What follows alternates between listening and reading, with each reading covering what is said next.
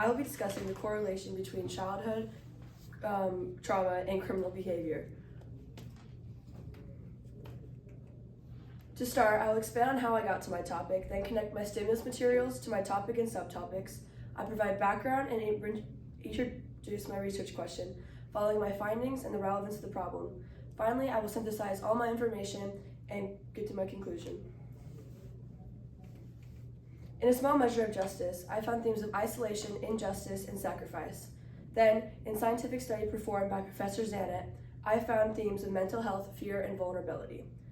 Between the two pieces, themes of isolation, abandonment, and mistreatment were most common, which led me to my topic of childhood trauma. The term used for childhood trauma is now called ACE, which stands for Adverse Childhood Experiences. There have been 5 forms of childhood trauma established, which include witnessing violence, physical neglect, physical abuse, sexual abuse, and emotional abuse. The lingering effects of ACE is the way that abuse alters victims' development, which can include a lack of impulse control and value of life. The themes found in my stimulus packets and in my background research led me to my research question. To what extent does childhood trauma correlate to later criminal behavior in the U.S.? When discussing this topic from a psychological standpoint, it is important to consider what kind of trauma can cause such responses and why. There are many different types of childhood trauma that a kid can endure. A study conducted by Dr. Randy A. Sanson and several other doctors of psychiatry came to identify 5 different types of childhood trauma listed earlier. Although all 5 are significant predictors for future violence, criminal behavior has been most closely correlated to emotional abuse and witnessing violence. Just like everyone else, kids have needs that need to be met. In psychology, these needs are organized using Maslow's hierarchy of needs. First, their sociological needs must be met, necessities such as air, food, water, shelter, and clothing. The next level is safety and security, which includes healthcare, employment, family, and social ability. In simpler terms, people want to experience order, predictability, and control in their lives. The third level involves social feelings of belongingness, the need for interpersonal relationships through family, friends, and intimacy, as well as the connection of being a part of a group. Esteem is the 4th level of the hierarchy. It includes confidence, sense of achievement, and respect for others, and the need to be a unique individual. The final level is self-actualization, which is a realization of a person's potential, seeking personal growth and self-fulfillment. The creator of this triangle, Abraham Maslow, a famous American psychologist, describes this level as the desire to accomplish everything that one can and to become everything that one is capable of. Essentially, we all start at the bottom of the pyramid and work our way up as we grow up and develop. But when trauma comes into play and our needs are not met, we aren't able to move up and we are limited in our ability to be the best that we can be. That is not to say that it is impossible to succeed if someone is dealt an inconsistent support system or neglect, but it can lead to things like ADHD, which stands for Attention Deficit Hyperactivity Disorder, ODD, which stands for Oppositional Defiant Disorder, and Conduct Disorder.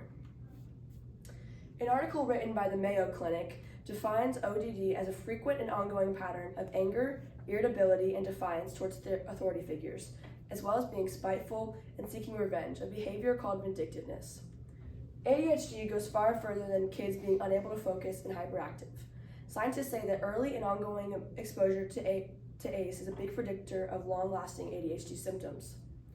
Conduct disorder is a mental health condition that affects children and teens. People with this condition display antisocial and aggressive behaviors. They may bully others, lie, steal, or abuse substances, as well as experiencing little guilt about their actions or empathy towards others. But what do these all have to do with criminal behavior? At least an estimated 97% of prison convicts have reported experiencing at least one ACE in their lifetime. Then around 50% of prison convicts have some form of ADHD.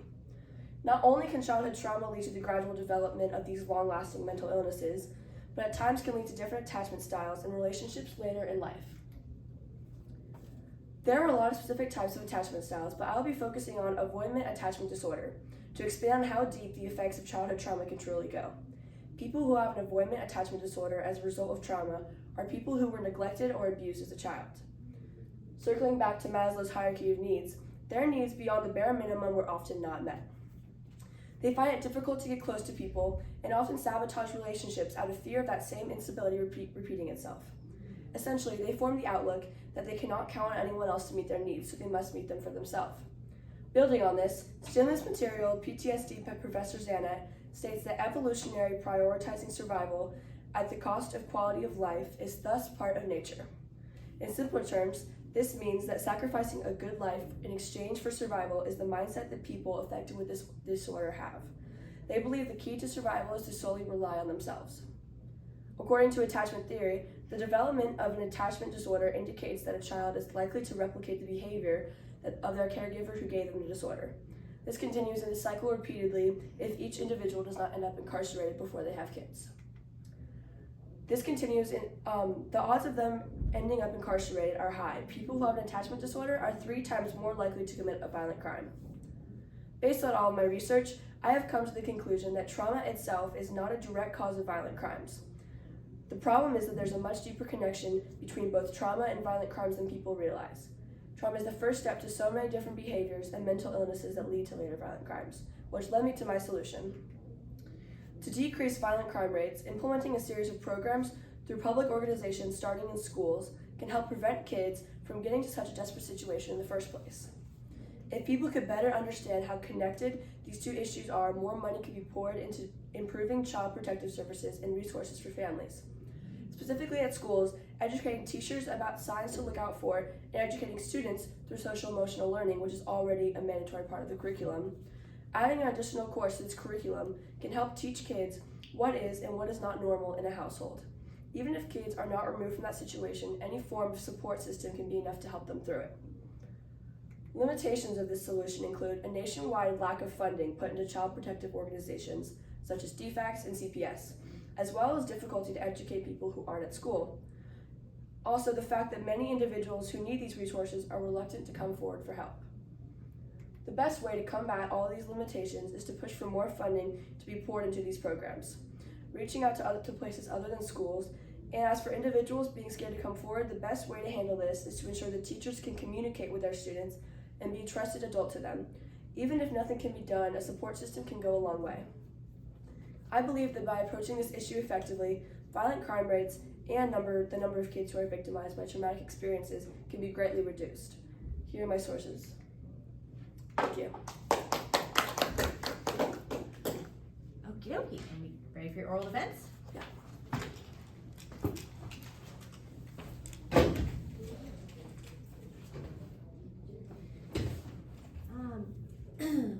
What evidence did you gather that you didn't include, and why did you choose not to include it?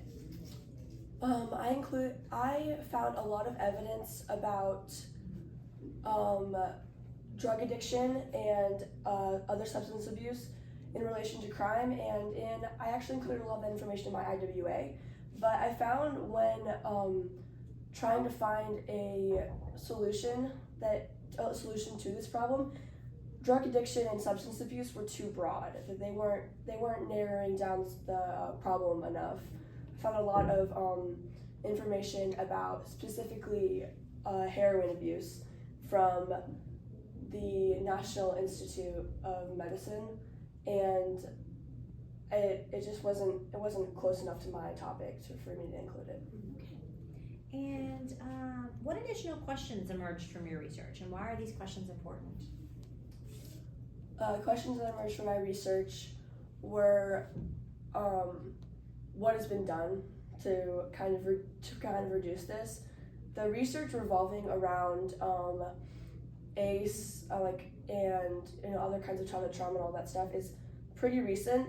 For a long time, childhood trauma was viewed as just a part of life, but there's been a lot more programs and organizations that have been made, like DFACS. The entire reason for DFACS is to investigate kids' situations and to try to get them out of them. So there's been a lot more research that have created procedures and signs of childhood trauma that can help get kids out of these situations, and that's why I wanted to try to expand more on those organizations to try to build another possible solution.